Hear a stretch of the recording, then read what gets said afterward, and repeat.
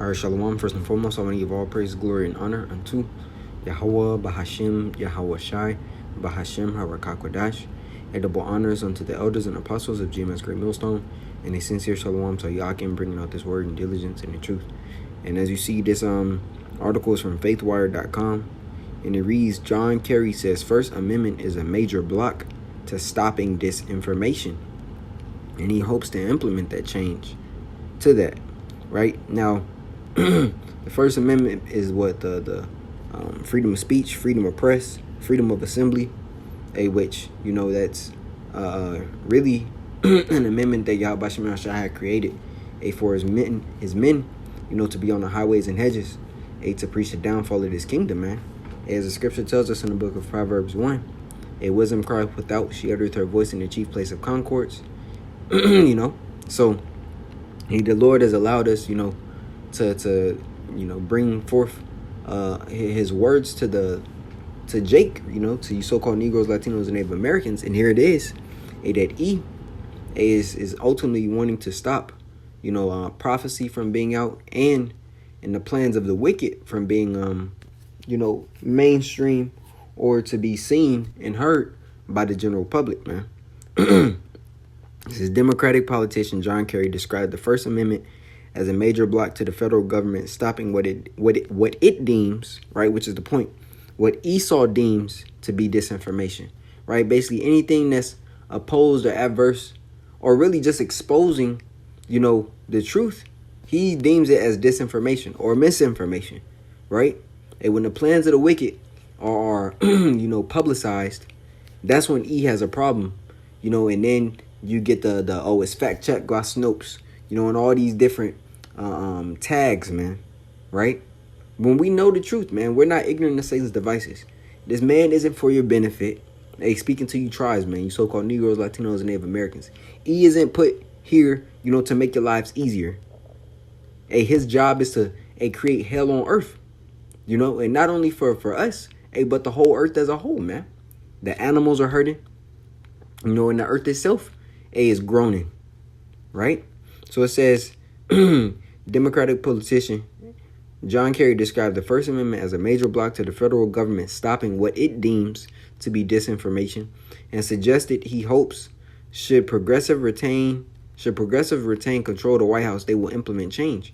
And that change is ultimately to stop you from speaking, you know, anything against the image of the beast. You going out and making a post, you know, or hearing a podcast and they're speaking about how the healthcare system is messed up, or how, you know, the alphabet agenda is wrong, or how the food that you're eating is polluted and addictive and making you sick. You know, if you're saying any of these things, you know, which is really you just pointing out the wickedness of Esau, they're going to label it as disinformation. And they want to stop people's ability to speak the truth. It says the former secretary of the U.S. Department of State made the bold declaration last Wednesday during the session of the World Economic Forum. The WEF focused on green energy, beginning at the 45-minute mark. And when you actually click that sublink right there, he says everything that's going to be listed underneath. You know, I watched from that around the 44th minute mark down to about 47 minutes in, or 44 to 47, right? It says Kerry's remark came in response to an audience member who asked what the federal government can do to push back against those who call the legitimacy of climate change into question. Now, I want to, you know, bring forth some precepts as I have it here, right? There's Hosea 4 at the top. It says, hear the word of Yahweh by Shem Yahweh Shai, ye children of Israel. For the Lord Yahweh hath a controversy with the inhabitants of the land. Matter of fact, I'm going to get in a blue letter, you know, because you got to look up these words. So Hosea 4. It says, hear the word of Yahweh by Shem Yahweh Shai, ye children of Israel. For the Lord Yahweh hath a controversy with the inhabitants of the land, because there is no truth, nor mercy, nor knowledge of the Most High in the land. By swearing and lying and killing and stealing and committing adultery, they break out, and blood toucheth blood. Now, when you go into this word controversy in the scriptures, it tells us H7379, it says strife, controversy, dispute, a case, striving, adversary, contention, right? So that's for the word controversy. And when we read it in the NLT, it says, "Hear the word of the Lord, O people of Israel, right? You so-called Negroes, Latinos, and Native Americans. The Lord has brought charges against you," right? "Saying there is no faithfulness, no kindness, no knowledge of the Most High in your land," right? And Jake is a people in which mercy, faith, and knowledge and truth of the Lord has disappeared. But it is also for Babylon, man, because these people here, America used to be, quote unquote, a land who was founded upon biblical principles. You once had to put your hand on the scriptures in the court of law, and swear in, quote unquote Christian, or as we say now, the anti-anointed, faith. It says, "By swearing and lying and killing and stealing and committing adultery, they break out in blood, touch of blood," right? But that's the point, man. There is no truth here. And when truth is spoken, it's cast down. It's cast down, man. Right? I want to grab another precept. It's Isaiah 29.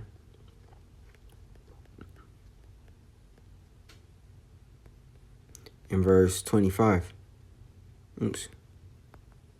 29, 21. It reads, matter of fact, Isaiah 29, I'm going to start at 20. 19. Yeah, 19. It says, "The meek also shall increase their joy in the Lord Yahweh, and the poor among men shall rejoice in the Holy One of Israel. For the terrible one is brought to naught, and the scorner is consumed, and all that watch for iniquity are cut off." 21. And is the point that make a man an offender for a word, because that's exactly what E is going to do, man. He's going to make us an offender for a word. All that we're saying, and he's marking them, or marking us, and marking it in the sense of, separation, categorize, going back to that word categoreo, right? And he knows what we do. He's watching us at camp. He watches the videos, in personal lives, but we understand that Yahweh Shem Shai, when he does try to come in, like a flood, as the scripture says, that standard is going to be lifted. So he's just like we're all bound to prophecy, he is as well, man. Right? But what he's doing is, since we're coming so hard against his agenda, right? We're not bowing down into the image of the beast, but we're being faithful unto Yahweh Shem Shai and preaching against this wicked kingdom. He's marking that, man. It says, "And lay a snare for him that reproveth in the gate." Are we not the ones that reprove, rebuke, and exhort with all long suffering? Right? It says, "And turn aside the just for a thing of naught." Right? I want to go into this word offender. H22, it's like H2398. It says offender. To incur guilt, penalty. It says by sin. It says to bring into guilt or condemnation or punishment. And that's what he wants to do. The scriptures talk about how, blessed are ye when you are persecuted for righteousness' sake. And he is going to, persecute the saints. And the scriptures speak about how we shall be brought before, courts. Or I believe it's Matthew the 6th chapter. Salakia.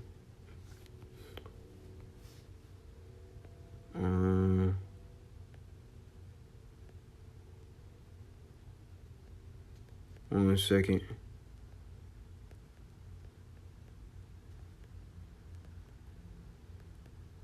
Here it is.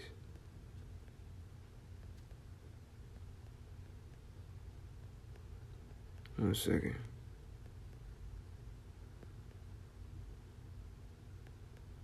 It's not Matthew 6. It's like it. Think not what ye shall speak in that day, for it shall be given you.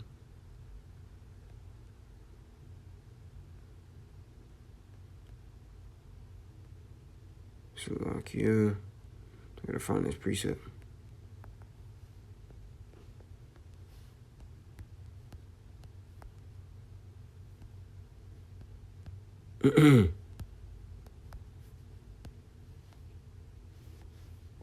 Oops. just say, much like Stephen, when he was brought to ultimately, be persecuted unto death, what happened? Yahweh Shema Shah put the words that needed to be heard, and it was a heavy spirit upon Stephen, man. And what happened? He went in through the spirit, man. Right? So same thing in the times to come, concerning us. We're going to be in a position in which Esau is going to be accusing us, And the scriptures even speak about, some of us being beheaded. But nevertheless, the scriptures talk about that those that beheaded for Yahweh Shai's sake, the dead in Yahweh Shai shall arise first. It's Matthew 10. So like I said, Matthew 6. There's Matthew 10 and 17. But beware of men, for they will deliver you up to councils, and they will scourge you in their synagogues, and ye shall be brought before governors and kings for my sake, for a testimony against them and the Gentiles. But when they deliver you up, take no thought how or what ye shall speak, for it shall be given you in that same hour what ye shall speak. Right? And when we brought before those governors and those kings, right, they're gonna be reading off charges. Oh, you believe this, or you said this is scripture you pulled, got the video of this, right? So hence an offender for the word, because we're coming against the wickedness in which he's trying to establish, right? And here it is, this demon, John F. Kerry is basically saying, we want to cut off anybody opposing the image of the beast, man. Anybody that's trying to fight against what we're trying to establish. It says, there's a lot of discussion now about how you curb those entities in order to guarantee that you're going to have some accountability on facts, etc. Right? Hence the fact checking, so forth and so on. They want to establish their word is truth, even when it's a lie. Right? The scripture says they justify the wicked and condemn the just. It says, but look, if people only go to one source and the source they go to is sick, not understanding he's really talking about himself, right? Because a mainstream media is a sick source to trust in. It says, and has an agenda, and they're putting out disinformation. Our First Amendment stands as a major block to be able to just, hammer it out of existence. That's what they want. They don't want anybody opposing what they're establishing. He then admitted his hopes should Democrats succeed in the November presidential election. So what we need is to win the ground, win the right to govern, by hopefully winning enough votes that you're free to be able to implement change, right? And that change is going to cause the people to revolt. It says the problems posed by the freedom of speech and of press, Kerry argued, are unique to democratic systems because there is no singular truth arbiter. He seemingly suggested that should be the role of the federal government led by the Democratic Party, right? Salakia, right? And what the Democratic Party believes is liberalism. Anything you do opposed to the scriptures is righteous. That's how they see it. It says the dislike of and anguish over social media is just growing and growing. It is a part of our problem, particularly in democracies, in terms of building consensus around any issue, right? A herd mindset. That's what they want. It's really hard to govern today, basically meaning to control. The referees we use to determine what is a fact and what isn't a fact have kind of been eviscerated to a certain degree. And people go and self-select where they go for their news, for their information, and then you get into a vicious cycle. He basically saying what? These people are going to, other source of media, to really have the truth revealed of what we're doing as a government. And that shit needs to stop because we're trying to control you fully. It says the 80-year-old politician continued, democracies around the world are now struggling with their absence of sort of truth arbiter, and there is no one who defines what facts really are. And that's not true, because the mainstream media in which Esau controls does determine, what truth is, quote unquote, man. And that's why so many people are still blinded, because media, is a force, or is a part of the sword too. Because that plays on the mind. Media allows individuals to either be fully informed about lies, or to be controlled and move with truth. It says if we could strip away some of the fear-mongering that's taking place and get down to the realities of what's here for people, this is the biggest economic opportunity. And really, he's speaking about us, because that's what they call us, fear-mongering. Even though what we're just doing is warning you, hey, and whether you believe it or not, hey, it's going to come to pass. That's why the scripture also says, let not the incredulity of them trouble thee, which is the unbelief. This Psalms 37 and 35, and I'm going to close out in this.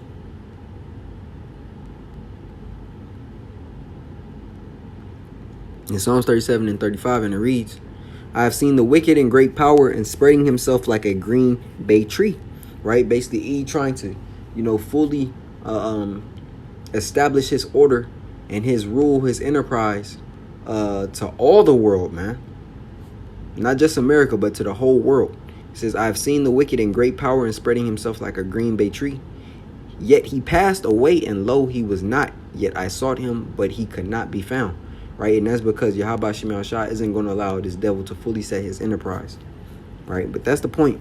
He is trying to control the narrative, which is ultimately, him trying to establish his wickedness as truth, and blinding you, by